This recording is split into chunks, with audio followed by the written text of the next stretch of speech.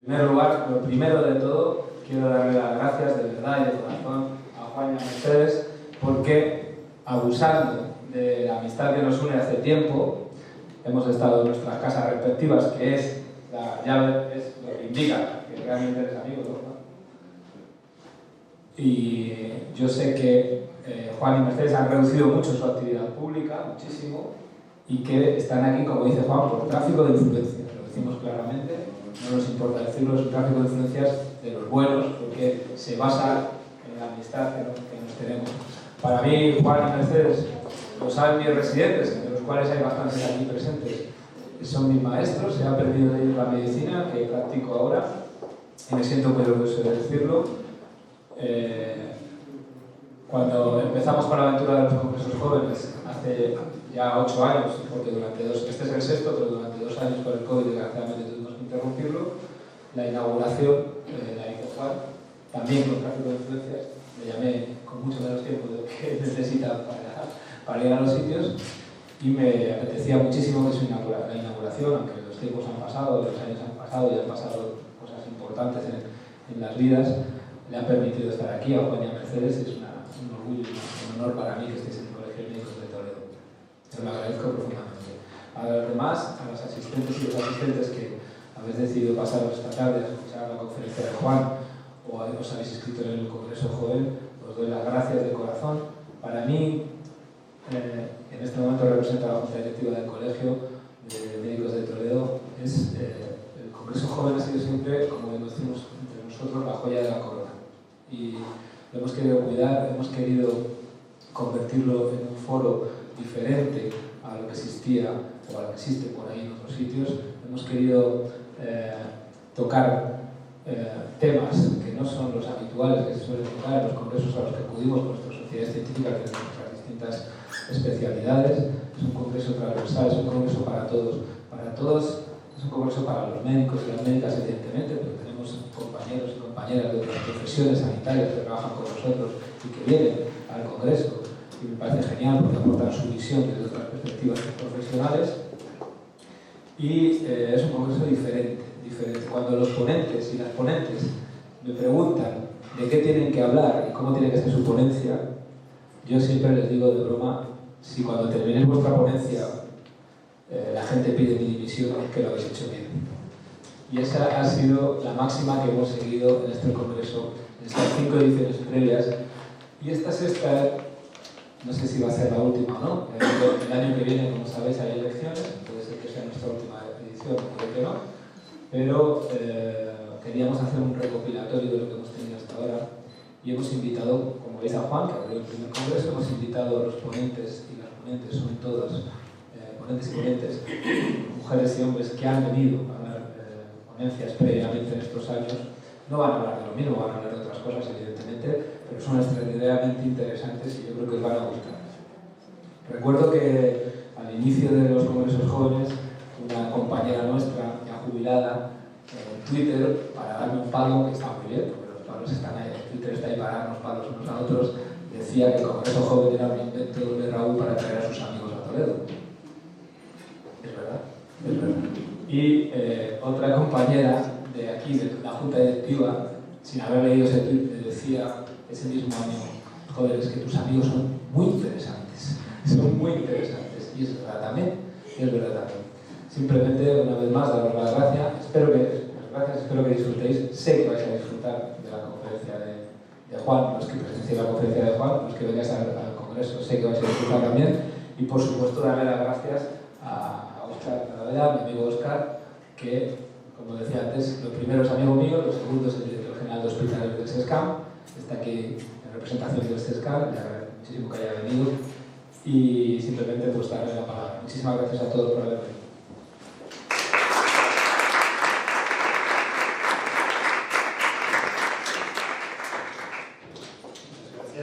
Gracias Raúl.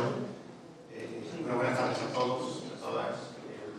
Quiero saludar al equipo directivo del Colegio de Médicos de Toledo, que ha llevado a cabo la amable invitación, porque en realidad es para el consejero, como seguís, el consejero de Toledo de Toledo, y por motivos de agenda, me ha dicho: pues tú que más o menos te mueves por ahí, vete a hablar con Raúl y inaugurar el congreso. Gracias por esa invitación. Gracias a Raúl. Quería, de una forma muy el resto del equipo directivo aquí presente, pero de una forma especial, Manuel Sanati, ausente por motivos, voy a decir, personales.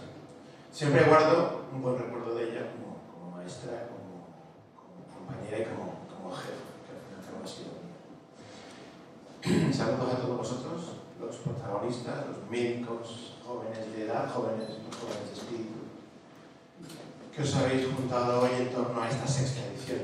Yo solamente he venido a una, sinceramente. Pero me llamó la atención incluso antes de saber que me tocaría inaugurar el primer Raúl para decirle que quiero ir. Quiero ir por lo menos la chavera buena.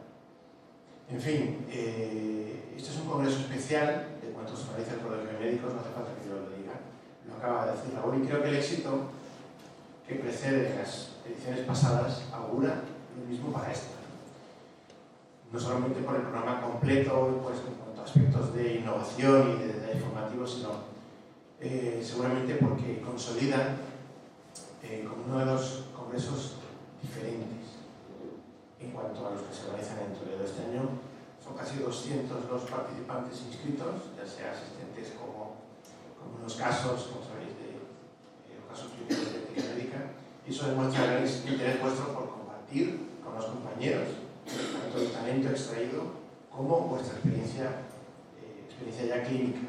El programa que he visto pues, es prometedor, no solamente en cuanto a la participación, a la documentación, a las conferencias, la conferencia inaugural, la conferencia de cierre del sábado, por la Carmona, sino también, por supuesto, por los talleres, por las ponencias, por las diferentes actividades que lleváis y además, no olvidemos de lo lúdico, ¿no? La cena de mañana viernes y la ciudad de Toledo. Espero que la disfrutéis. Creo que además el tema de los premios en los casos clínicos resulta de especial interés para vosotros.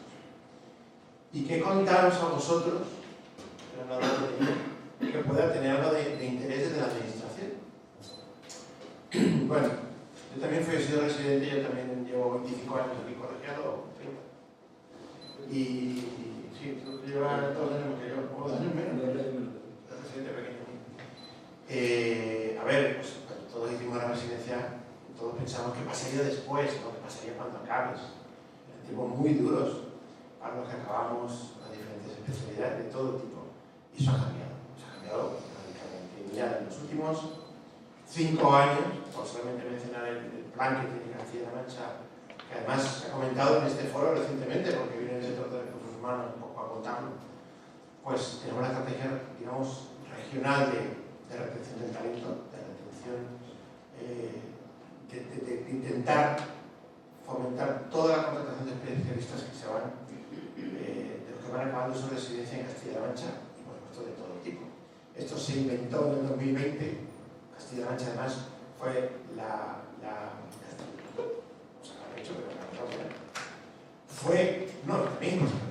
fue la primera comunidad que lo puso encima de la mesa, y han seguido muchas en 22 especialidades médicas y 2 especialidades de enfermería. Yo creo que es algo de lo que hay que, al menos en la administración sanitaria, sentirnos orgullosos. Insisto que fue la primera comunidad.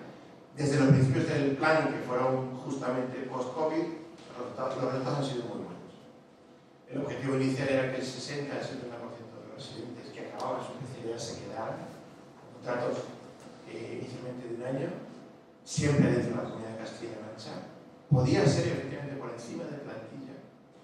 Y ya en el primer año se consiguió ese 70%. El año pasado fue un 75% y este año ya estamos cerca, prácticamente en el 85%, con los 3 contratos que han sido este lunes, los siguientes acabaron el 24 de septiembre, y este lunes han sido los últimos 3 contratos a los 3 residentes de radios que acabaron.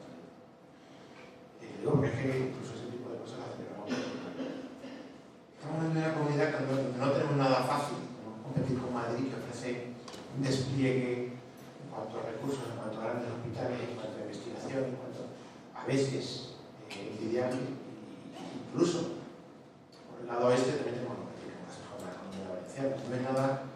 No es nada fácil, pero insisto que ya el 85% de los residentes que han acabado este año, 200 en concreto, han firmado contrato con nosotros y además hemos conseguido prácticamente 30, algunos son bastante manchegos, algunos no, de los que se han formado fuera de Castilla-La Mancha hayan sido contratados en Castilla-La Mancha. Yo creo que es un motivo de orgullo. En Castilla-La Mancha se forman en este momento 507 residentes de todas las especialidades y eso pues creo que es la comunidad que más ha aumentado el número de residentes en el último año en todo el sistema nacional de salud, más de 100 residentes de medicina familiar, y hace 10 años eran solamente 180. Creo que es importante el esfuerzo que se ha hecho, de 180 a 510. Además, con esa orden de retención del talento, pues acaba de renovar por parte de la Consejería y apuesta por la estabilidad de cara a que se fidelice a los profesionales jóvenes, a los profesionales que terminen en la comunidad, incluso como he dicho antes, en alguna especialidad que sí está claro que hay que decir, y ya con esto acabo, es que es dentro de la comunidad, es un programa regional.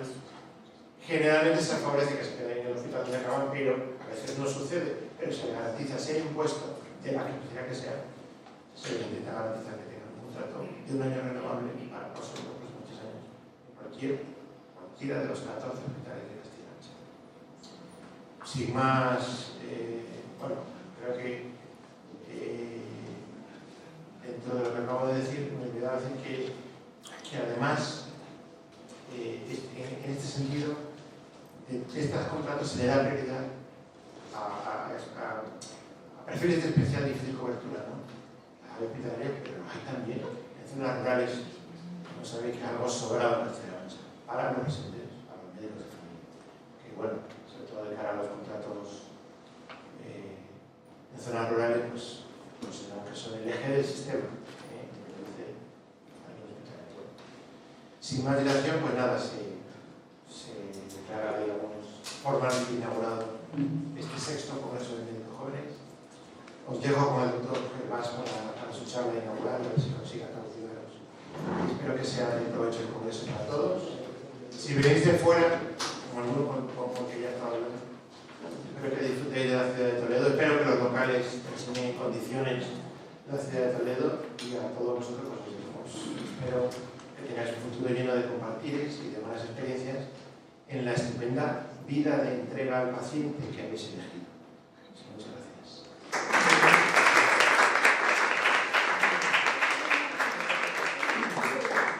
Bueno, pues Juan tiene la palabra. Nosotros vamos a sentar ahí para disfrutar de tu charla, pero tiene la palabra. Todo para él. Hola, buenas tardes. Muchísimas gracias por venir y creer que podéis aprender algo. No estoy seguro. Primero, conflicto de interés. Sí, yo tengo un conflicto de interés muy claro con Raúl. Me niego a venir a cosas de CETRI, en la que, como dice mi mujer, soy un poco como los fuegos artificiales. ¡Oh! Luego te vas a casar y no ha pasado nada. Así que participo solo en actividades que tienen un mes antes de discusión y debate por correo interno, de manera que hay tiempo para madurar. Yo no quiero impresionar aquí ni deslumbrar a nadie. Pero en fin, si hemos reducido la actividad al 1%, o sea que es una excepción venida. Sí, somos amigos de verdad. Sería largo de contar por qué tenemos una definición pragmática de amistad en la que nadie es amigo nuestro si no ha estado en nuestra casa y nosotros hemos estado en la suya. Tiene razones muy profundas y dolorosísimas en errores en los que no hemos estado en la casa y los hemos descubierto después de la muerte. Para seguir con alusiones, sí, bueno, yo he tenido varias becas y he trabajado en varios lugares del mundo, entre otras cosas en Suecia, en el Karolinska Institute, en el cual si el ponente se pasa un minuto, se le vacía la sala y jamás, nunca se le vuelve a invitar. Nunca, en Suecia. Así que pasarte un minuto es algo que hay que empezar antes. Empezamos con 5 minutos de cortesía, que son 5 minutos antes de empezar con la cortesía de lo que ya han venido. No 5 minutos después, no, eso ya es un insulto. He aclarado las dos cuestiones. La otra es que el título de la charla, en fin, se lo debo a Mercedes Pérez Fernández, a la que le debo todo, que está aquí presente. Lo de ciencia, conciencia y coraje es de Mercedes. Pero sí, la pregunta tiene interés, sí. La primera que nos lo planteó un poco por escrito y bien fue una estudiante de Valencia.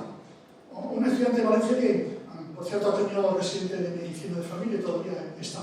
Nos preguntó cómo se aguanta tantos años de trabajo con un cierto grado de alegría. Un conflicto también de interés. Somos optimistas excesivos, así que no os fiéis de todo lo que diga, porque me paso por el lado del optimismo. Pero nos hizo la pregunta y nos obligó un poco a reflexionar. Hemos tenido, sobre todo, 3 ocasiones en los últimos años en que hemos reflexionado sobre la vida. Una en el 2002, cuando tuve lo que parecía un cáncer de próstata con metástasis, incluyendo anestesia en silla de montar, en fin, terminó en nada. Y la pregunta que nos hicimos en el 2002 fue si había valido la pena vivir, que es una pregunta muy dura. Y concluimos que sí, que nos había valido la pena vivir. En el 2015 Mercedes tuvo un infarto miocardio muy grave, que le puso también a la puerta de la muerte. Y nos volvimos a hacer la pregunta con la misma respuesta. Había valido la pena vivir. Y se repitió la pregunta recientemente en el 2022 con una neumonía por COVID, que el diagnóstico más probable era la muerte. Y había valido la pena vivir. ¿Por qué vale la pena vivir? No siendo del todo idiotas, eso también lo decimos. Porque claro, somos capaces de ver lo que nos rodea y lo que tenemos. Que no es perfecto ni muchísimo menos. Pero a pesar de todo, vale. ¿Cómo es posible mantener ciencia, conciencia y coraje hasta el fin de los días, sobre todo hasta el fin del trabajo? Es relativamente sencillo con algunos pequeños trucos, que será lo que expongo hoy aquí y admito discusión. La espero, porque yo tengo 1 hora, según me han dicho, dedicaré aproximadamente media hora a hablar y media hora a debatir. Si no debatís, hago yo preguntas. Soy peor haciendo preguntas que hablando. Sí, la primera cuestión a tener clarísimo es que el trabajo profesional clínico tiene 4 patas. La primera pata, claro, es el acompañar en el sufrimiento, el evitarlo, la vida que gira alrededor del sufrimiento, que lo ha dicho muy bien Oscar, esa entrega que los profesionales eligen un poco inconscientemente. Esa pata es sagrada. Pero hay otras 3 patas que hacemos a diario sin darnos ni cuenta. Una es aprender. Aprender es enseñar también, aprender es hacer preguntas continuamente. Por ejemplo, hoy, viniendo en el coche, a mí se me ha ocurrido una pregunta que no se me había ocurrido hasta ahora tan claramente, porque las preguntas de investigación lo que exigen es claridad en el planteamiento. ¿Los profesionales que llegan tarde son también los que se van pronto? Sería precioso hacer un estudio. 100 residentes hacen un estudio en su centro de salud durante una semana en la que sencillamente localizan a los que llegan tarde y pim, pam, pam, pam, pam, y sin decir nombres ni números, finalmente publican un articulazo en el British Medical Journal en el que demuestran que los pacientes que llegan tarde, los profesionales que llegan tarde, son los que se van primero. Ese tipo de preguntas es muy importante y no nos las sabemos hacer. Yo me he jubilado sin contestar una pregunta que era muy interesante. ¿En qué cantidad recetaban más antibióticos el viernes que el lunes? El lunes en el pueblo, en los pueblos no tenía ninguna presa, el niño tenía sencillamente un catarro. El viernes que lo iban a llevar al hospital La Paz, el niño tenía una bronquiolitis y había que tratarlo con antibiótico. Diagnóstico erróneo, tratamiento erróneo, pero era menos peligroso que el que le aplicarían en urgencias de La Paz. Así que en el trueque, mis niños el viernes recibían más antibióticos de lo que deberían. Este tipo de preguntas tenemos que hacerlas. Y solo se hacen si se tiene un papel o un ordenador en el que se escriba, porque se te ocurren y se van. Flotan y se van. La tercera pata que hacemos es que siempre gestionamos. Tú estás gestionando cuando pasas consulta. Y lo que gestionas principalmente no son medicamentos ni derivaciones. Es tu tiempo. El tesoro que tenemos como profesionales es tiempo. Tiempo que decidimos compartir con nuestros pacientes. Y no lo hacemos muy bien. Es terrible porque lo solemos hacer incrementando la inequidad. Si alguien tiene curiosidad y mide sus tiempos, generalmente dedican más tiempo a quien menos lo precisa, que es la ley de cuidados inversos. Gestionamos unos recursos inmensos que proceden de la sociedad a la que pertenecemos. Sociedad que paga sus impuestos y que cree en nosotros. Y generalmente no lo hacemos bien. Sí, y el último campo ya salió de la cuarta pata, es que siempre hacemos investigación. Investigación uno suele pensar, bueno, se dice investigación cuando dice la tesis doctoral y después sobre la catecol ortometiltransferasa, que a mucha gente no le sonará, pero es muy importante, especialmente en el Parkinson, y de hecho, de nuestras investigaciones publicadas en Neurology, ha salido parte del tratamiento actual del Parkinson. Con monos, o sea, que he trabajado con monos, por desgracia, que bruto. Eran otros tiempos. No, esto enlaza con un seminario que hubo aquí en Toledo en el 2002, en que se tituló Ética de las pequeñas cosas. Artículo que publicó Mercedes y que podéis encontrar y es precioso. Es ética de las pequeñas cosas. Porque claro, cuando se habla de ética uno tiende a pensar en la eutanasia, que tiene enloquecido al Colegio de Médicos y alrededores, al Consejo, en fin, uno tiende a pensar en el aborto, no sé, en la gestación subrogada. Bueno, sí. Pero ¿qué tal la ética de robar en el trabajo? Ya he dicho cómo se roba en el trabajo. Llegando tarde y yéndose pronto. Eso es robar. Claro, como no estás en la Moncloa, no puedes robar millones de euros, millones de minutos, porque al cabo de la vida son millones de minutos. Pero robamos. Bueno, eso es ética. Ética que estés tomando café con los representantes mientras tus pacientes están esperando. Ética es que el paciente se reparta para ir al domicilio. O sea, que las cuestiones éticas son pequeñas cosas. Nosotros somos artistas de las pequeñas cosas, ¿no? Lo que pasa es que las pequeñas cosas son más importantes en la vida. Pero somos artistas de las pequeñas cosas. Insistiré luego, porque esas pequeñas cosas hay que hacerlas bien. Y eso es parte del fruto de aguantar 40 años en la consulta. El segundo punto de introducción al tema es la definición de ¿qué es un médico? Claro, esa definición es nueva. No la comparte ninguna autoridad mundial. Pero es un profesional altamente cualificado. Para ser médico en España se exigen como mínimo 10 años. 6 de carrera, 4 de especialidad. Por cierto, eso es porque los estudiantes y residentes son el combustible de la Facultad de Medicina del sistema sanitario. Porque no tenía por qué ser 10 años. En la Universidad Max Master de Canadá, una de las mejores del mundo, la carrera universitaria son 3 años y la especialidad son 2. Así que en 5 años tiene un médico tan competente como aquí.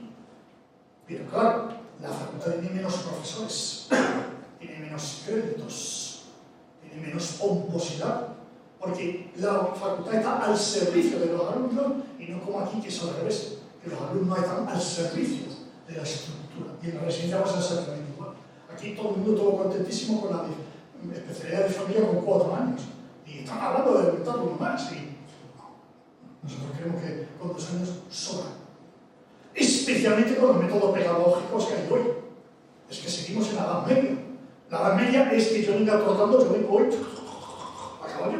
Desde muy trago de Lozoya, allí en lo alto de la sierra de aquí a Toledo, y vosotros me estáis esperando a que yo. ¿Pero esto qué es? ¿Por qué no me han dado esto por escrito y lo hemos estado discutiendo? Y si queréis incluso en teleconferencia antes de vernos de ahí. Así que es un profesional altamente cualificado, que necesita formación permanente el resto de su vida profesional y que es capaz en situaciones de restricción de recursos y de limitación de tiempo de tomar decisiones rápidas y generalmente bien acertadas. Y no estoy definiendo a un broker de la bolsa, sino a un profesional sanitario altamente cualificado, que necesita formación continuada toda su vida, que en condiciones de restricción de tiempo y de recursos es capaz de tomar decisiones rápidas y generalmente acertadas. No me vale que el médico se queje y diga que cuando todo estará bien, será un buen médico. No me vale eso. Si un profesional necesita que todo funcione bien para funcionar bien, no es profesional sanitario, se debería dedicar a otras cosas. Porque el profesional es el que con recursos limitados, incluso recursos limitados de tiempo, toma decisiones rápidas y generalmente acertadas. ¿Qué es rápido? Bueno, eso depende, claro. Si estás en una guardia y viene una mujer que han violado, el rápido se convierte en una hora. Sí. Pero no puede ser un día. Será una hora, que para un caso de violación es rápido. No podemos esperar a que la sanidad funcione bien para nosotros hacer nuestro trabajo bien.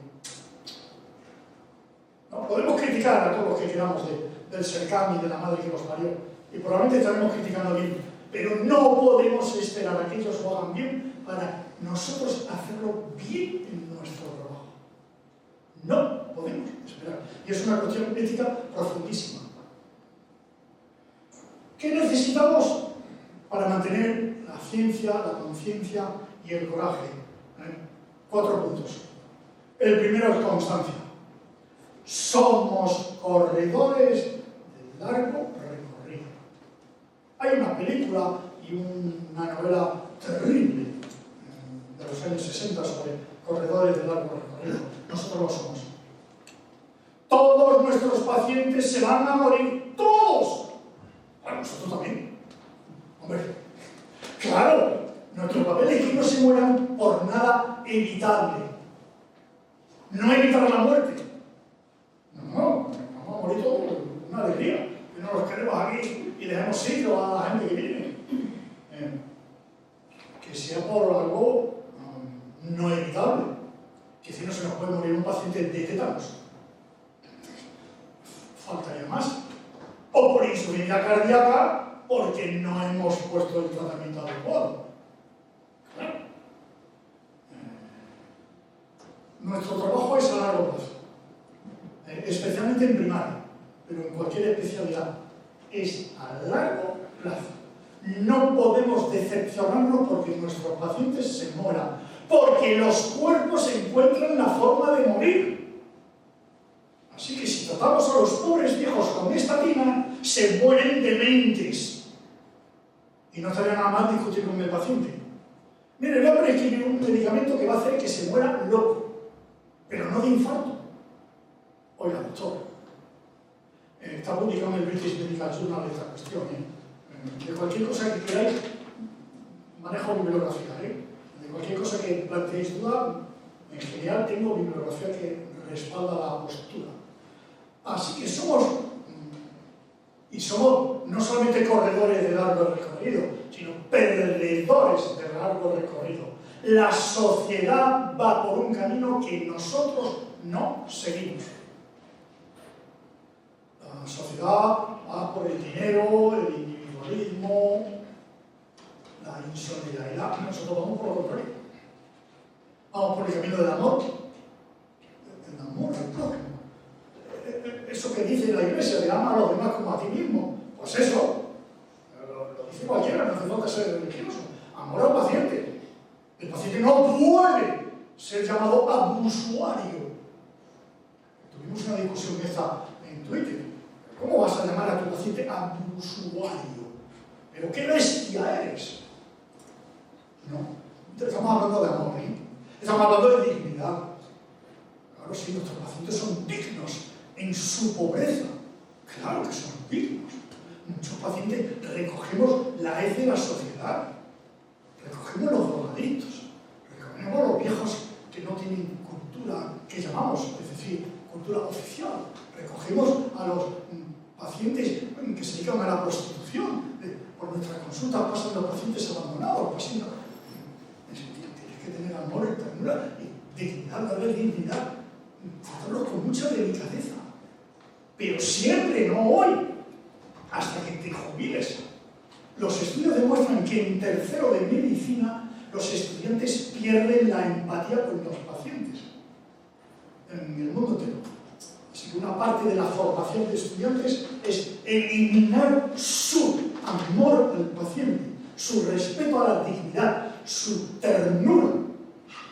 Ternura se puede ejercer de muchas maneras. He puesto el ejemplo de la mujer violada. Que alguien le ponga una mano delicadamente, si es posible, mujer, en el hombro. Eso es ternura. Ternura es mirar a los ojos a los pacientes. Que no exige tiempo, exige disponibilidad. Yo te miro a los ojos porque quiero saber lo que hay dentro. Así, perdedores de largo recorrido. Vamos, hemos elegido una profesión que no vende. Y la prueba es que cuando salen los ricos del mundo generalmente no hay médicos. Ni siquiera los dermatólogos, los dermatólogos siguen los reyes del mambo, pero bueno, son los reyes del mambo dentro de los médicos, claro, sí, por supuesto, pero con la riqueza de los ricos. ¿Hay algún dermatólogo? Mira, ¡oh, sí! ¡Oh, bueno! Es viejo, ya me puede entender.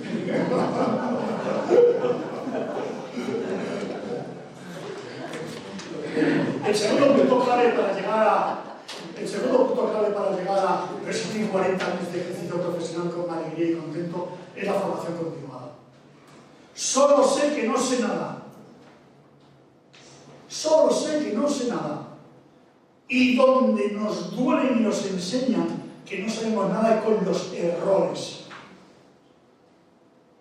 Los errores nos escuecen, nos duelen y no son malos los errores que determinamos, que detectamos, sino los que no determinamos. Y esto es un poco como las ratas. Así que si ves un error que te duele, hay como 99 que no has visto. Como dijo el cirujano francés, todo médico tiene un cementerio a su espalda. Un cementerio, no un sanatorio, no un hospital. Pero es que si queremos que ejerzamos hay que aceptar ese riesgo. Lo que pasa es que la formación continuada exige primero detectar el error. Segundo, explicarlo. Tercero, pedir perdón. Cuarto, intentar repararlo. Y quinto, tomar medidas para que no se repitan nunca. Y eso exige formación continuada. La formación continuada, por cierto, acabamos de publicar Mercedes y yo un texto en No Gracias, hago un poco de propaganda. Todo lo que publicamos es sin pecunia, o sea que si entráis bien y si no también. Bueno, aquí tampoco me han pagado nada, que quede su cual. Por eso hablo con libertad. Pues, hemos publicado un artículo que se titula La deformación continuada por las industrias en los congresos.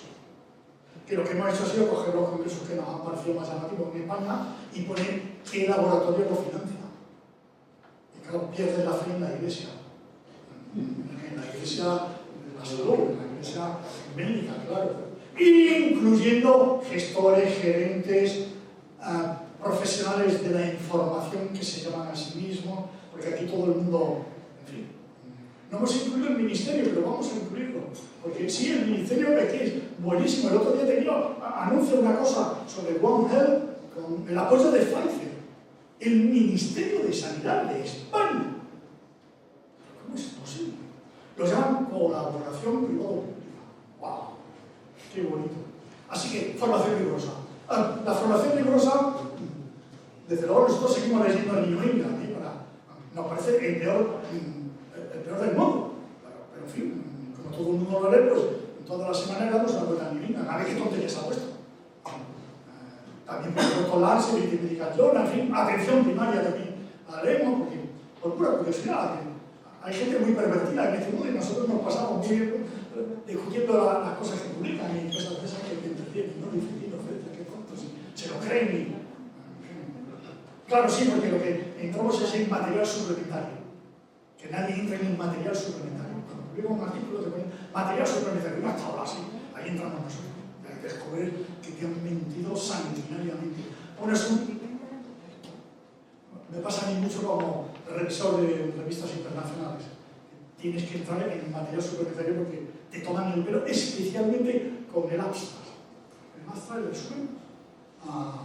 Tom Jefferson, tipo de la Universidad de Oxford, de la Cochrane también, especialmente alrededor de gripe, oseltamivir, vacuna, demostró claramente que los artículos que se publicaban en el mundo sobre la vacuna de la gripe, en resumen, contradecía los hechos que contenía la gripe. Así que formación continuada.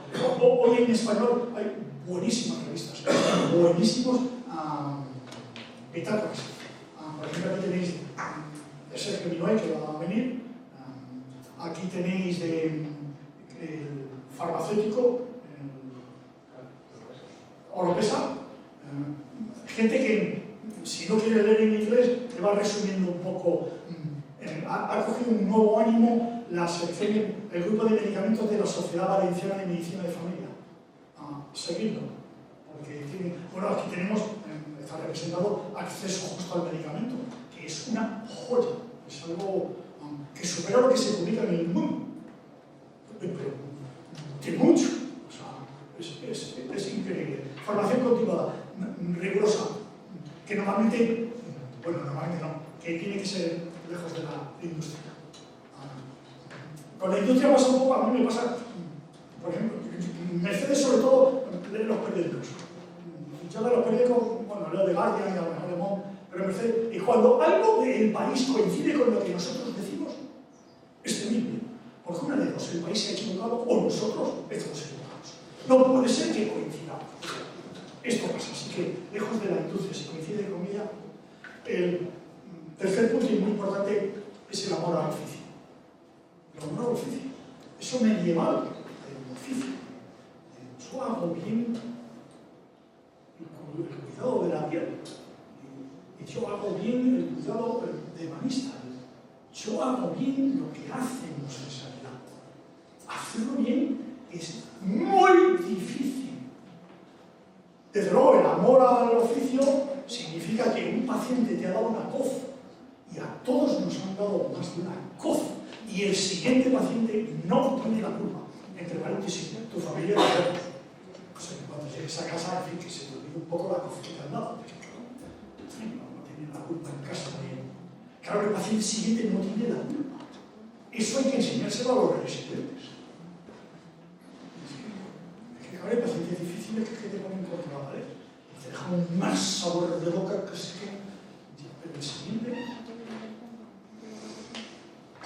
El amor al oficio significa salir en general contento de la consulta.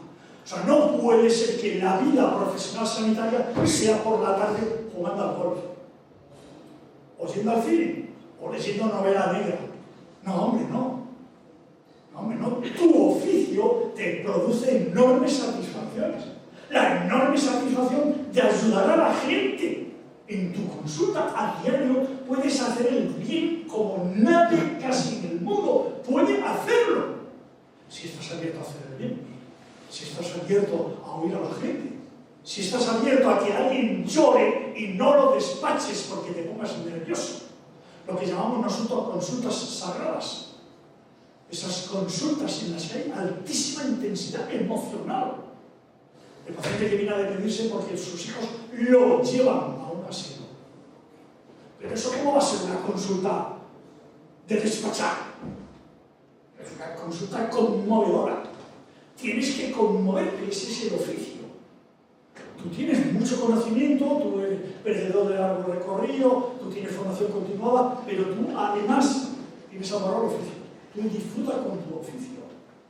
Con todas las dificultades que hay, con los días peores, los días mejores.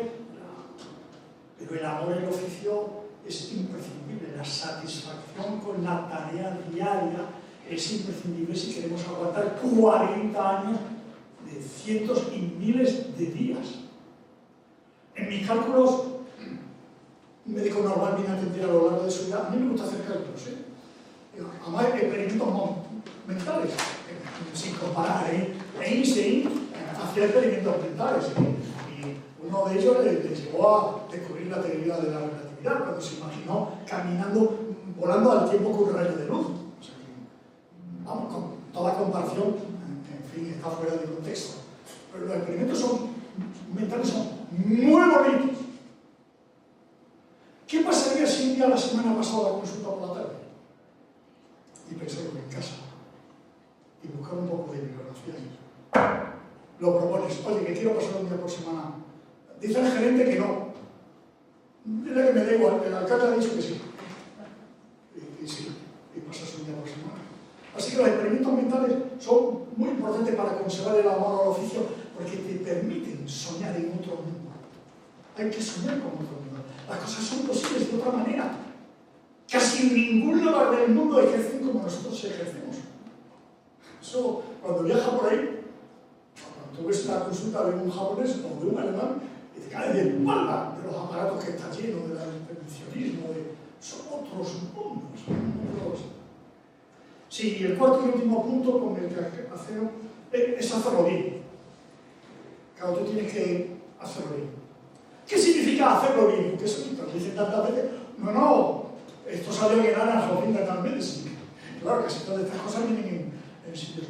Hacerlo bien es hacer bien, hacer el 100% de lo que hay que hacer y no hacer el 100% de lo que no hay que hacer. Repito, lo que es hacerlo bien.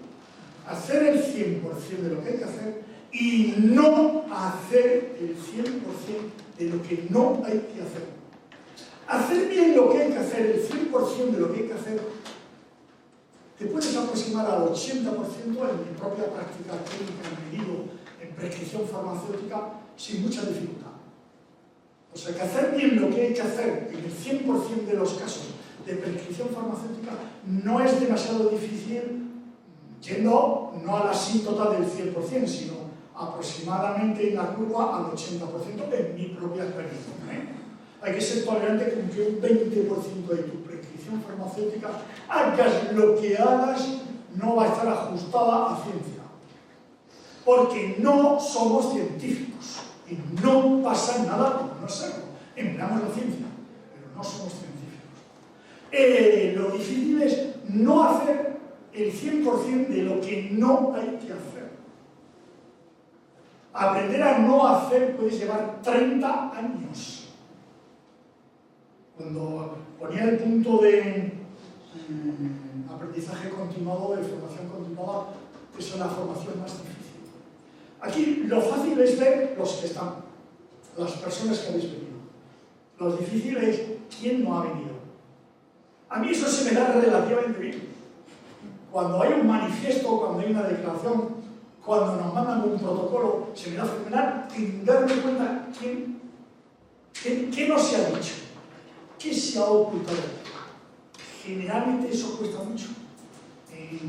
La mejor definición, que fue la de un cirujano británico, decía que aprender a hacer una operación en 3 meses, aprender a cuándo hacerla en 1 año, aprender a cuándo no hacerla 30 años. Más o menos eso es así. Por ejemplo, ¿cuánto tiempo se tarda en no prescribir esta cosa?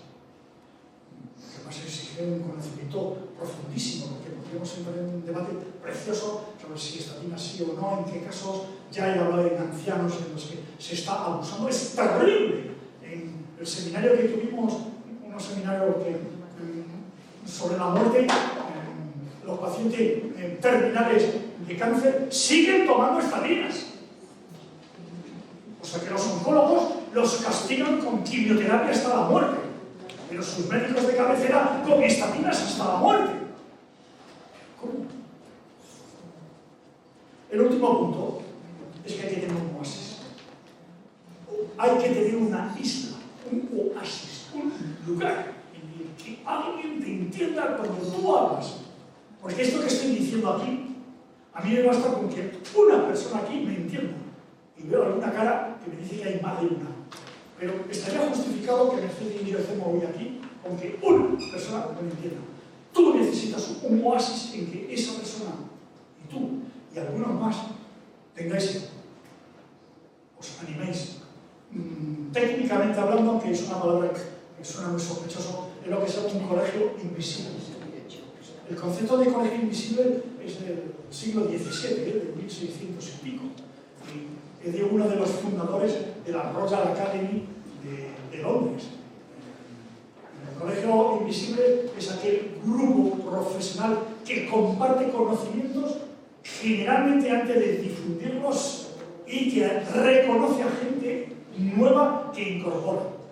Así que el colegio invisible tiene dos funciones. Una, compartir conocimiento que no se publica o antes de publicarlo. Y dos, reconocer a gente a la que se puede incorporar a ese colegio porque vale, hay que pertenecer a algún colegio. Los colegios invisibles son todos informales. Por supuesto, en España, por ejemplo, tenemos los seminarios de innovación en atención primaria, el grupo que nosotros coordinamos, que son de hace 55 los que han hecho y vamos a celebrar por 20 años, que es una banda de miles de profesionales que comparten conocimiento y se incorporan y cada uno entra y sale y no tiene carnet, por supuesto.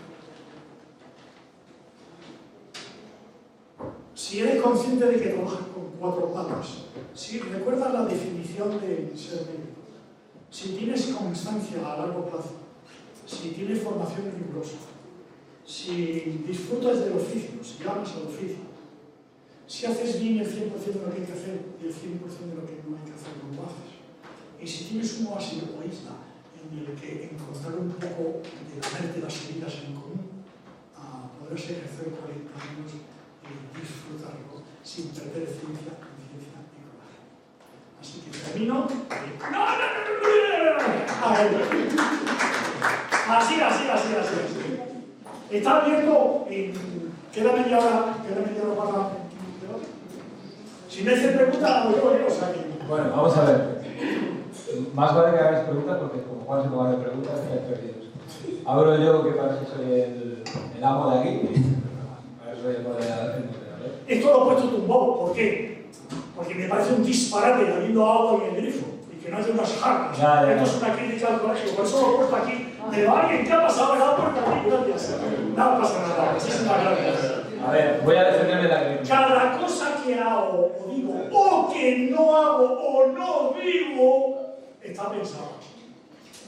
Voy a defenderme de la crítica en una cosa. Hace tiempo que estamos retirando las botellas de agua, de plástico, pero el problema es que las teníamos que sustituir por vasos de plástico, que al final era lo mismo. Estamos buscando la forma de tener vasos que sean reciclables o alguna cosa así. Bueno, tres preguntas. La primera es respecto a la formación universitaria, algo que a mí personalmente me toca y a algunos de los que estamos aquí, que tenemos hijos estudiando medicina precisamente. ¿Por qué los chavales, porque a las chavalas que están estudiando medicina terminan perdiendo en un tercero de medicina la empatía, la capacidad de empatizar? Gente que en su gran mayoría han hecho un esfuerzo brutal para entrar en esa carrera, que entran con vocación, más que esa palabra ahora no esté de moda, y que entran con ese cariño, con ese deseo de hacer algo por la gente, y que en tercero eso se amputa. ¿Qué podemos hacer? ¿Qué podemos cambiar dentro de lo que hay que cambiar? Porque evidentemente ya sé que hemos hablado mucho de esto, que esto había que dinamitar y empezar de cero, pero ¿qué pequeñas cosas podemos hacer para, por lo menos, corregir eso? Esa es la primera pregunta. La segunda pregunta que te quería hacer es ¿por qué no cambiamos el término empatía, que está tan de moda, por el término compasión, que a mí me parece de más nivel? Me parece que nos da miedo decir compasión porque parece que, no sé, es más religioso o algo así. Y realmente, si perdemos la compasión hacia la gente que viene a nosotros que está sufriendo, yo creo que no somos los médicos que deberíamos ser. O sea, ¿qué podemos hacer para solucionar esto? Entonces no me está dando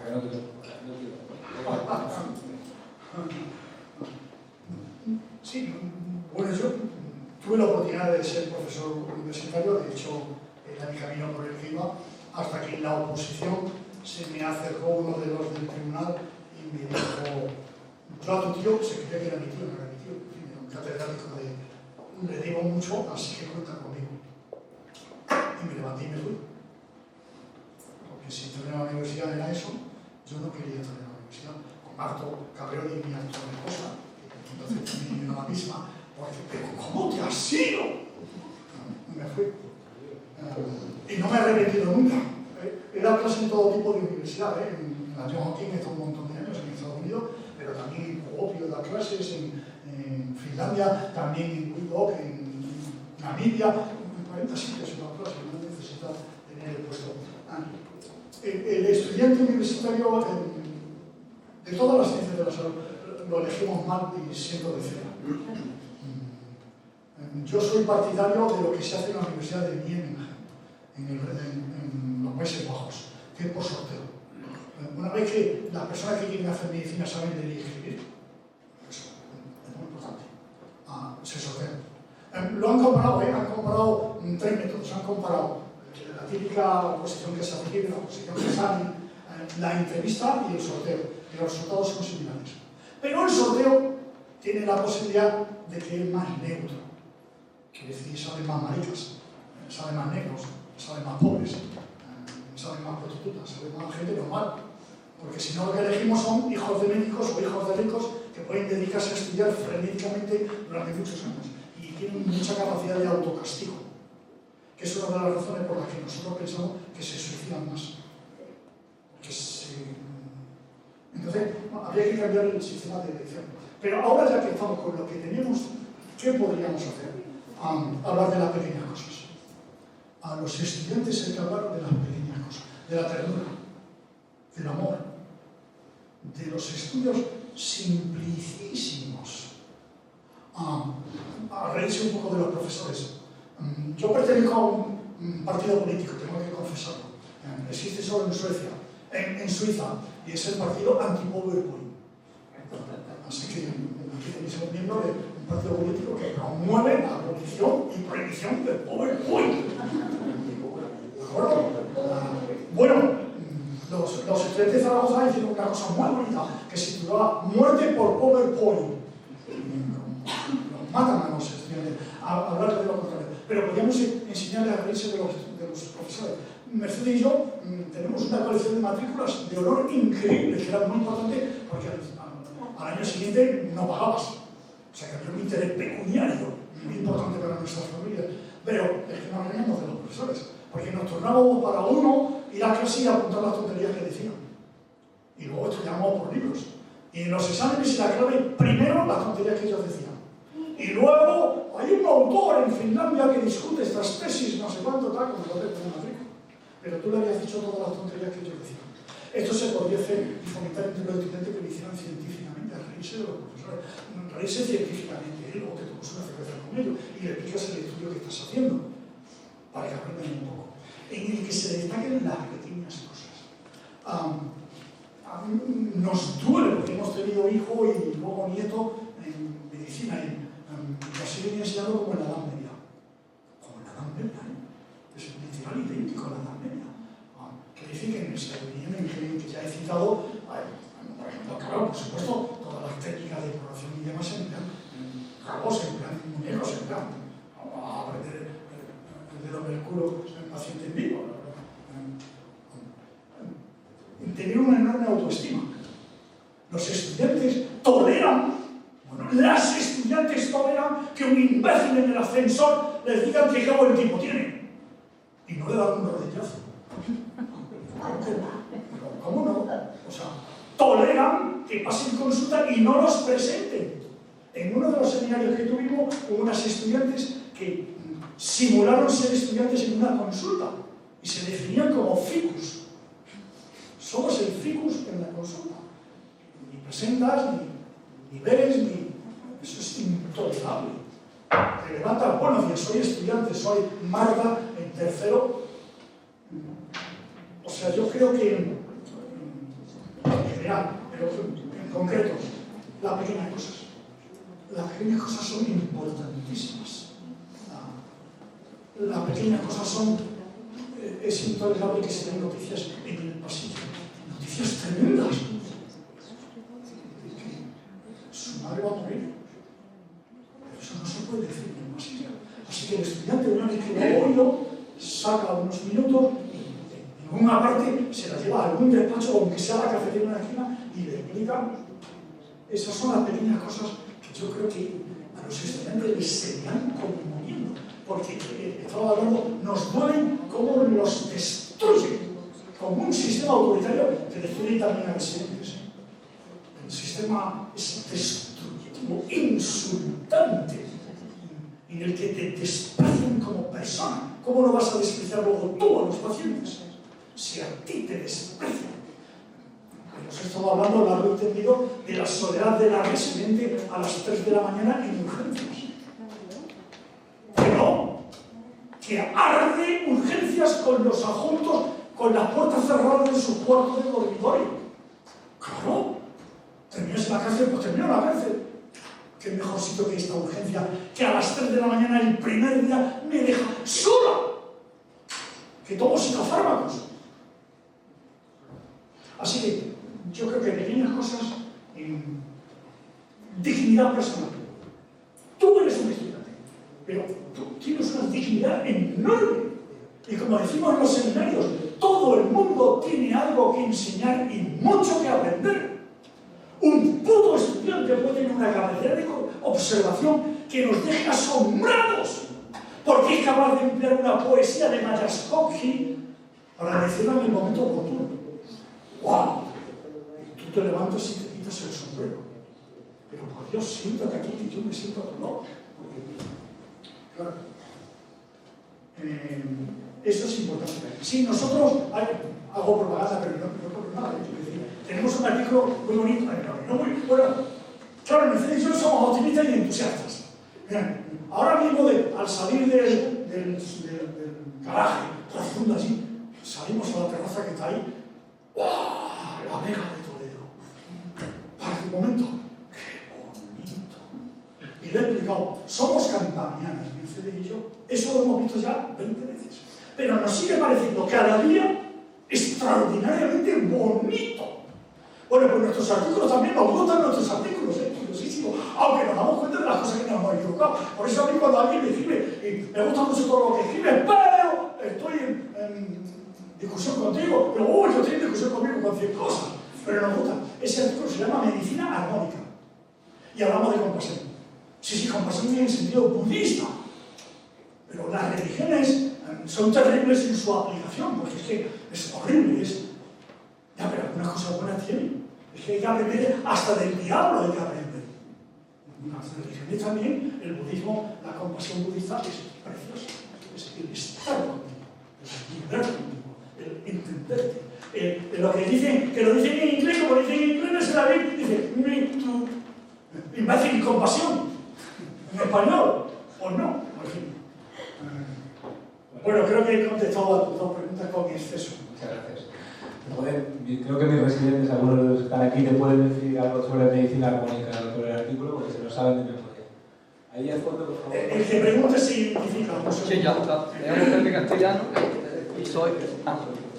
me llamo Pepe Castellano y soy médico, claro. Este chico es R2 y yo le dije que yo era J2, o sea, jubilado 2. Entonces, mi pregunta es para Juan. Juan, creo que hiciste un intento además, cuando le dice a los médicos jóvenes que hay que dar el 100% de lo que tú sabes. Oh, chapó. Pero yo creo también a los médicos no hay que decirle dar el 100% y el ego hay que dejarlo en la puerta. Hay que ser humilde. Y hay que ser humilde para tú decirle al paciente, mire, le he mandado esto, no veo que vaya a estar mejor y quiero que usted lo acompañe para que otro médico lo vea. Es de al lado. Eso es humildad. Y siempre a mí me dijeron de joven, dice, el ego tienes que dejarlo en la puerta. Yo creo que los médicos jóvenes deben tener eso en la cabeza, dar el 100% de lo que saben, pero también ser humilde para decir, no sé lo que viene, no sé qué diagnóstico te puedo dar, y recomendar a otro compañero. Tú hiciste el intento, creo, poco, no tienes tiempo, pero tú vas a opinar igual que yo, seguro. Gracias. No, gracias por la pregunta, Pepe. Claro, somos durísimos, eso se llama ubris. La ubris, la soberbia médica, es terrible. Nosotros proponemos la frónesis, que es la humildad. Entonces, cosa que el paciente es el experto en su enfermedad. Nosotros nos asomamos un poquito, pero la enfermedad la tiene el paciente. De manera que como no tengas un poco de frónesis, vas mediterráneo, que te equivocarás un artículo que podéis leer que es terrible, que me lo acaban de pedir, nos lo han pedido para una revista teológica, tío. Hemos estado discutiendo porque Raúl ha dejado de escribir una metáfora que escribió cosas preciosas y dice que no lo lee nadie. Eso decíamos nosotros. De una revista teológica nos ha pedido un artículo que está publicada en lo de Joel Simón y que nos ha actualizado un poco, que se llama Torres de arrogancia sobre cimientos de ignorancia, que mucha gente es nuestra parte, con un montón de ejemplos. La única corrección que nos han pedido es que no citábamos a Iván Illich. Claro, porque eso les interesa porque Iván Illich era teólogo también, así que lo hemos citado, claro, para hacer una corrección menor. Sí. Hay que leer Torres de arrogancia sobre cimientos de ignorancia, porque los médicos reclaman nuestro conocimiento muy perecedero, para decirlo suavemente, cuando no es muy escaso. Esta gente que se cree en antibióticos, en vacuna, en estatina, que está todo resuelto, se trata un poquito. Si somos prudentes, hacemos más bien que mal, y es verdad que generalmente lo hacemos, pero no te pases. ¿Sí? En concreto decimos descalzarse al entrar en la consulta. Tú entras descalzo, no digamos en los domicilios. Bueno, pero es que hay residentes que están olvidándolo. Admiten que los avisos a domicilio y los domicilios se puede uno turnar. Eso va contra la ética. Profundamente. Por ni contra la ciencia. No te turnas, tus pacientes son tuyos también. Hombre, y el día que están por el mundo con 39 de fiebre, no, eso no pasa nada. Eso sería que te lo hagan. Porque en los domicilios sí que hay que entrar con los pies descalzos. Que te abren un hogar. Y eso es algo sagrado.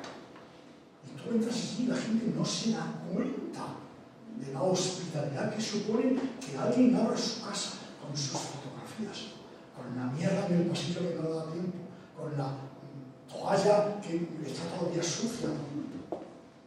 Muchas gracias por la pregunta. ¿Quién más se anima? ¿Sí? Si solo intervienen varones, he fracasado. Bueno, yo soy Pablo Castellano, soy resi de R3 de familia en Canarias. Yo estoy aquí de rotante externo, estoy un poco de invitado. Primero agradecerle a Juan, porque la verdad que es un lujo escucharle. La verdad que, muchísimas gracias por venir y por dar la charla. Yo quería preguntarle porque, queramos o no, estamos viviendo un cambio de paradigma con el tema del COVID y hemos pasado de personas y de pacientes que valoraban antes pues, comprar casas, comprar terrenos, comprar coches, valorar más la economía antes del COVID, a gente y personas que valoraban más la salud sobre la economía, hasta el punto que, bueno, que gente a lo mejor que prefiere trabajar y cobrar menos y vivir más y vivir mejor. Entonces mi pregunta es que si seríamos capaces, y será la bioética y los médicos, si seremos capaces de adaptarnos a ese cambio de paradigma y ese cambio en la sociedad. Un filósofo griego, un filósofo estadounidense que murió en Ampau, escribió un artículo muy bonito en el New England que te recomendaría que leyeses, lo que los médicos saben. Se titula What Physicians Know. Sabemos muchísimo más que no sabemos que sabemos. Una parte de tu formación incluye percepciones sociales que en la consulta se interpretan para producir bien si lo quieres. Tienes que captar. Somos capaces de adaptarnos a ese cambio si entendemos salud como la entendemos nosotros en el sentido latino de los romanos. Salud es la capacidad de superar las adversidades. Esto es un poco como la valentía. Valentía no es no tener miedo. Valentía es dominar la cobardía. De cobardes somos todos. Pero el valiente lo domina. En la salud no es que tú no tengas enfermedades, sino que disfrutas de la vida pese a las adversidades de la vida. Porque en la vida siempre hay adversidades, ¿eh? Si no, tu madre, tu padre, la novia, el novio, el hermano, el hijo, el paciente, el vecino, la madre que lo parió. Es eso que te pone. Nos hemos levantado contentos, ¿quién vendrá a jodernos hoy? Pues sí. Salud es la capacidad de disfrutar de la vida pese a sus adversidades. Si eso es salud, yo creo que los médicos, los profesionales sanitarios, estamos perfectamente preparados para ayudar a eso. Que por cierto no es mucho cambio. Nosotros vivimos en un pueblo de la Sierra de Madrid, un pueblo de Lozoya. Un pueblo, por cierto, que tiene una parte de pueblos que está, que pasa consulta como en el siglo XIX. Es decir, en la cocina, que amigas inmensas, cuatro vecinos del pueblo, cuatro vienen y se desnudan y se muestran entre uno y otro para que tú lo veas. Cuando tú estás ahí en esos mundos, te asombra lo que se llaman neorurales. Neorurales somos nosotros. Nosotros llevamos 24 años viviendo así. Somos neorurales, somos nuevos. Ahora ha aumentado mucho después de la pandemia, los neorurales, sí. Especialmente con la... solo tienen un defecto, y es que están, ¿cómo le llamamos? Enmascotados. ¿Enmascotados? ¿Se entiende? Sí, con mascotas. Están enmascotados. Así que, cuando va por el monte ahora, con frecuencia, pese a las advertencias y a los cazadores, ya le pegan un tiro, porque llevan los perros sueltos. Oiga, que no puedes llevar los perros sueltos. Esto es un coto de caza que están pagando. No, pues. Pero sí, los neorurales están abundando. Y nosotros también tenemos un artículo de por qué hay que ser médico rural. Sí, el Pepe Cancilán. Sí, yo. Sí, por eso que tenemos un artículo sobre por qué ser médico rural. Entre otras cosas, le preguntamos al empezar, ¿tú eres de amaneceres? ¿Tú eres de atardeceres? Claro, porque si quieres ver amaneceres y atardeceres tienes que ir al pueblo, donde todos los días te maravillas del amanecer y del atardecer, de los perros, de los pájaros. Sí, es que de hecho, un buen médico tiene que ser como un sabueso, como un perro pertiguero. El buen médico de que está sentado y el paciente tiene que verlo cómo camina, cómo mira hacia el suelo a ti o te mira a ti, cómo se mueve, cómo se sienta. Muy exagerado, ¿no? O sea, el médico tiene que ser sabueso. Y si tú llegas al diagnóstico con buen fonema, lo demás me sobra. Vamos a la farmacia que me está sobrando todavía. Si llevo el diagnóstico, digo, dime. Muchas gracias, Pepe, porque eso fue un artículo en Llama.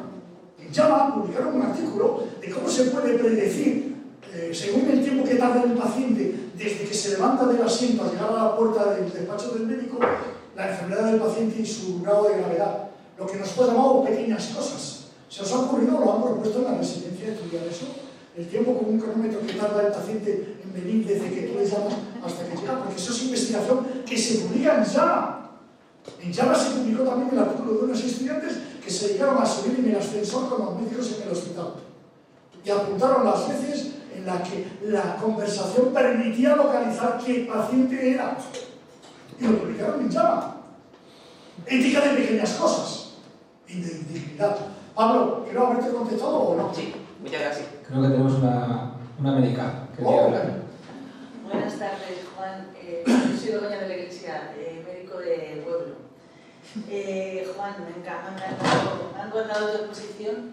Estoy totalmente de acuerdo con todo lo que has dicho, el amor a nuestro trabajo, la dedicación, la formación. Entonces, en cuanto a la formación, sí me gustaría, porque es una de las tantas cosas que admiro yo en Mercedes y en ti, y me gustaría que le pudieras dar un consejo a los residentes, y yo tomo nota también para mí, cómo conseguir estar bien formado en cuanto a tener ese espíritu crítico, que estáis tan al día siempre y tiene la capacidad de criticar un artículo que a lo mejor yo me leo exactamente, bueno, me quedo un poco por... O sea, ¿qué consejo les das? Porque ahora tenemos la herramienta de la inteligencia artificial, ¿vale?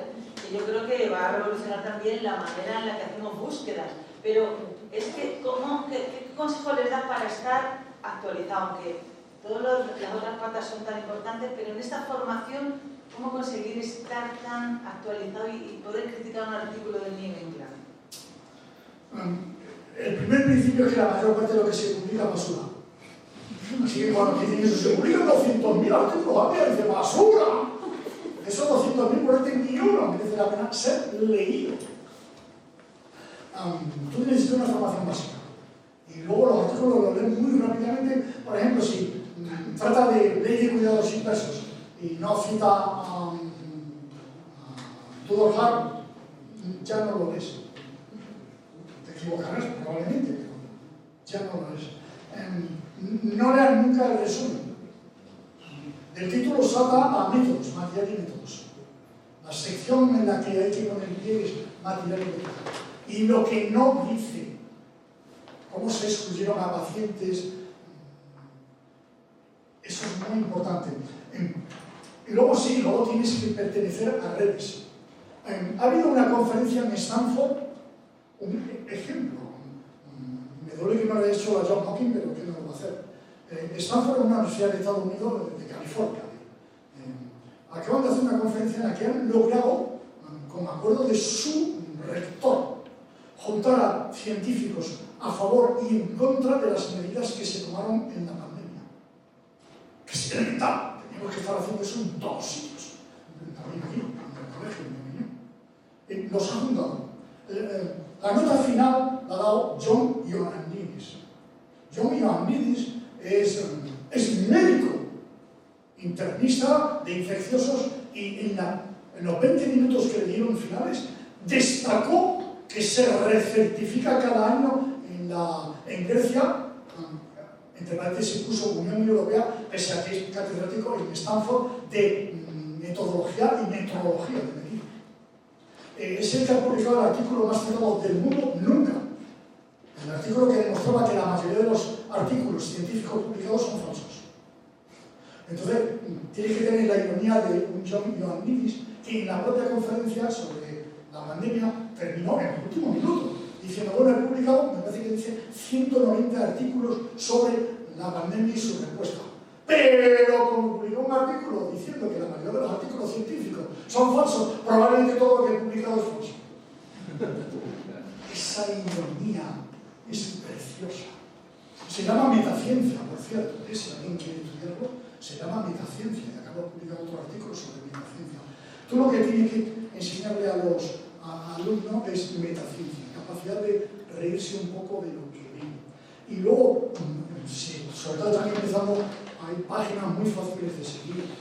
En medicamentos, Infobac del grupo Vasco, es buenísimo. No que yo concuerde siempre, pero es buenísimo. Acabo de citar el grupo nuevo de Valencia, que ha retomado el grupo valenciano de medicamentos, que puedes seguir. Hay gente en España, como Oropesa, que vais a tener aquí, que también te puede permitir el lujo de seguir. O sea, tú puedes ir, que te vayan tirando de ti. Y luego, sí, en la lectura, el título, y vete a métodos. Bueno, yo soy la bibliografía. Dos cosas, solo para terminar. Una, tenemos un amigo que se llama Vicente Ortún, economista, que insiste que esto que estoy haciendo aquí teníamos que hacerlo todos los días. Y yo le digo que su madre. No lo hacemos. Y segundo, no hay método ninguno, cada uno se inventa el suyo. Pero es cierto que es posible estar al día y ser crítico y estar bien informado. Pues quedan un par de minutos y hay por lo menos, perdóname un segundo, por lo menos que yo vea la sala, entre creo que unos 8 especialistas que no son médicos de atención primaria, médicos de familia, incluso hay hasta cirujanos en la sala. Sí. Entonces, sí que me gustaría, por lo menos un par de ellos que vea yo, sí que me gustaría que hicierais alguna pregunta, porque parece que como si esto fuera una cosa muy de médicos de atención primaria y generalistas y demás, y tenemos aquí especialistas muy focales que a lo mejor tenéis otra visión o queréis dar venga, ¿quién se anima? Que mire por ahí, no quiero mirar, venga, ¿quién se anima por ahí? Nada. Pero los cirujanos que son tan avanzados a cortar, venga. Angélica, venga. Cirujana. Solamente compartir una cosa que me ha parecido muy interesante. O sea, nosotros somos cirujanos, pero nunca operamos solos. Tú operas, pero te tienes que ayudar. Es tan importante quién te ayuda. O sea, te cambia una operación, te cambia una guardia, quién está enfrente tuya. Me parece que debemos de cuidar muchísimo la relación con los compañeros. Para mí es fundamental. Nosotros eso, operamos con alguien, nosotros hacemos consulta muy poco, estamos mucho en quirófano y en quirófano siempre estás acompañado de alguien. hay que cuidar las relaciones con los compañeros, porque son básicas, y a nosotros nos influye en nuestro quehacer diario. No tiene nada que ver un compañero colaborador que te quiera ayudar, que te da ideas y tú te atascas, a uno que está de huelga de brazos caídos y no comparte nada. Me parece muy importante eso, que lo has comentado durante tu exposición. Así que nada, solamente totalmente de acuerdo en eso y no sé, apuntalar un poquito. Sí, gracias, Angélica. Y tiene que ver con, por ejemplo, nosotros hemos propuesto que en algunas actividades reúnan, porque eso es muy importante, y sobre todo en atención primaria, pero también en los hospitales, que reúnan una población suficiente. Ese es un problema que tenemos de continuo. Lo estudió muy bien un médico inglés que ya murió, que estaba como una cabra porque no dormía. Con lo cual, escribía artículos continuamente, pero es que no dormía, era un enfermo en el sentido de que no podía dormir. Tú no puedes actuar solo en el mundo, porque no estás solo en el mundo. Y necesitas una base poblacional, que eso en medicina es muy importante. Por ejemplo, el Creutzfeldt espontáneo se da en 1 por millón. O tienes una población de 1 por millón, o en un año tú no ves un Creutzfeldt. Luego es fundamental en ese sentido que coopere una masa de profesionales que generen casos infrecuentes, pero que existen. La miastenia gravis tiene una frecuencia de 1 por 10.000. Así que también hay que... Entonces tenemos enfermedades de baja frecuencia en la que, no ya en el quirófano, sino que es fundamental que cooperen incluso hospitales y regiones y, si me apuras, grupos suprarregionales, supraautonómicos, porque si no, no hay forma de captarlo. Y a cada uno nos va a ir sorprendiendo y equivocando. Sí, es muy importante. Y lo otro es, en los seminarios hay lo que llamamos el trabajo colectivo. O sea, que tú propones una cosa y hay 100 que introducen pequeñas modificaciones. Y es que el producto crece hasta ser una belleza. El producto original al final es... Gracias. La última pregunta, Juanjo. Tocayo, has hecho una definición, yo creo, muy acertada cuando comentas que debemos de hacer bien lo que hay que hacer y no hacer lo que no hay que hacer. Para mí es una definición acertadísima aplicada al mundo médico y al mundo político de corrupción. Cuando eso no ocurre, simplemente es corrupción, ¿no? Utilizando eso, ¿tú crees realmente que echamos mucho la carga de la prueba a los que se están formando? Y oímos con frecuencia que hoy los médicos jóvenes son así o asado, o que les falta esto, que les falta lo otro. ¿Qué parte de la responsabilidad tenemos? No tanto la formación técnica, que esa yo creo que está probablemente, bueno, sino en la formación, digamos, esa otra formación de formas, de modelos de conducta, donde la corrupción precisamente se deseche de nuestras actitudes en ese sentido que tú hablabas de ella. Porque echamos siempre la prueba a la gente joven, los que están aprendiendo, pero ¿qué les estamos enseñando realmente? ¿Qué se les ha enseñado cuando están haciendo especialmente la residencia? No tanto los estudiantes, pero la residencia sobre todo. ¿Qué les enseñamos? ¿Qué modelo de conducta tenemos? ¿Crees que debemos dar una vuelta a lo que les enseñamos? La respuesta es sí, claro. Sí, hay dos cosas que son importantes. Primero, la formación técnica es defectuosísima. Yo me cojo el programa de formación de cualquier residencia, me río de ella por científica. Y te saco 100 propuestas que son indignas en el momento actual en formación, según medicina basada en pruebas y según... O sea que la formación técnica es defectuosísima y carece de los residentes, lamentablemente.